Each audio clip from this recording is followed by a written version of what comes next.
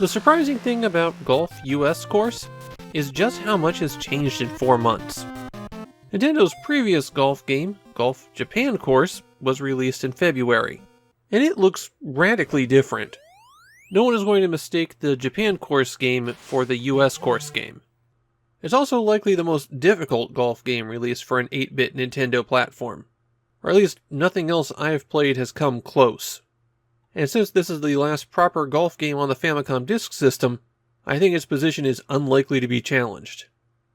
But before I get into the golf itself, I have to talk about the contest. Just like in the previous Golf Japan course, players could take their discs to disc rewriter kiosks and have their tournament score sent to Nintendo, the tournament score being their total for 4 rounds of golf. There's a spot on the main menu where you can enter your personal information and save it to the disc, and the prizes this time were a bit much.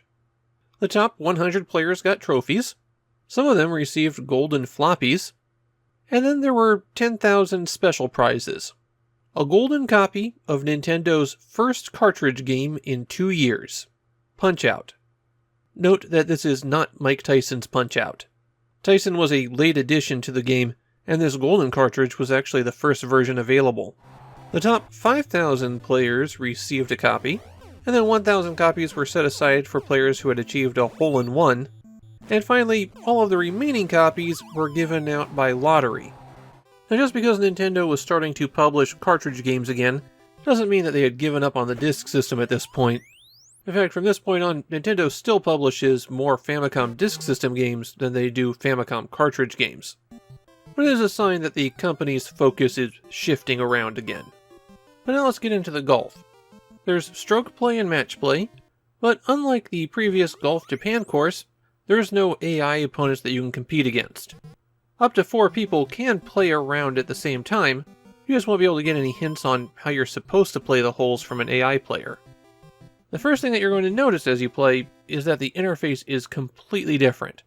First, the default view doesn't show you the course. You have to hold down B and then press down, and that will switch to a map. You can't scroll this map, so if the green is off screen, you won't be able to know for sure where you should be aiming. You can also see a close-up of the green by holding down B and pressing up. Holding down B and pressing left and right will cycle through the menus at the bottom of the screen. By default, it's on the one for the map, which is why just holding down B and hitting up and down work. But that's also how you move over to select your club, choose how fast you're going to swing, and adjust the ball's position on the tee. That one's a new feature here, though I'm not really sure how much of an effect you can have. You'll also notice that the wind indicator is very different.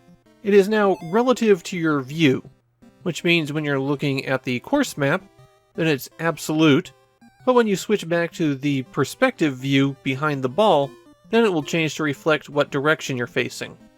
The game also now tells you how far it is to the pin, though that's less helpful than you might think. The reason for that is the hole design in Golf US course is cruel. The holes are set up to maximize confusion. You will have to zigzag back and forth. And the trees behave differently for the US course as well. Technically, with a bit of luck and careful aim, you can shoot through them, but you will probably bounce off of them at some point and get stuck. I tried a few times to shoot over them, using a club that gets more height, but I didn't notice any difference while I was playing. The swing interface is the same as it ever was. A to start the backswing, A when you have enough power, and A again when you want the club to connect to the ball.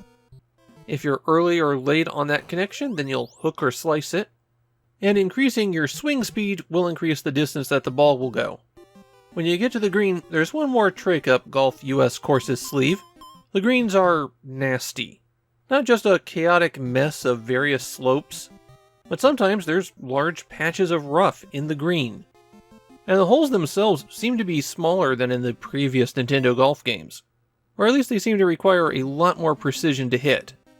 One more thing you're going to notice as you play is that the holes aren't well designed, and I don't just mean because of the path the fairway takes. You're going to see several holes where the layouts repeat, and a lot of repeated layout. Things like the same lake copied and pasted multiple times on the same hole. It really makes Golf US course feel like a bit of a rush job. Which, considering how much else they've done here, maybe it kinda was. I wouldn't be shocked if they designed 30 or 40 holes, and then the night before they had to get it out the door, they just picked the ones that they felt were the hardest. We would never be able to know for sure, but it definitely fits the course design. In Japan, Golf US course is pretty well regarded as the ultimate golf challenge for the Famicom, or I guess Famicom Disk System in this case. There were a lot of kids who spent a lot of time trying to get a low score for that contest, and they seem to have a certain amount of fondness for the game as a result. My feeling is, this is the rough one of the bunch. Of Nintendo's 4 golf games in the Famicom family, this would be my last choice to play. The best is Mario Open Golf, which I think learned the lessons of the previous games and had several decent courses.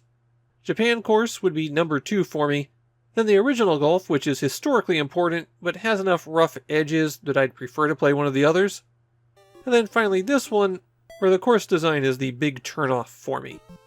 That said, it is definitely a tough golf game, and even with the weirdness of this one, Nintendo was making better golf games than anyone else at the time.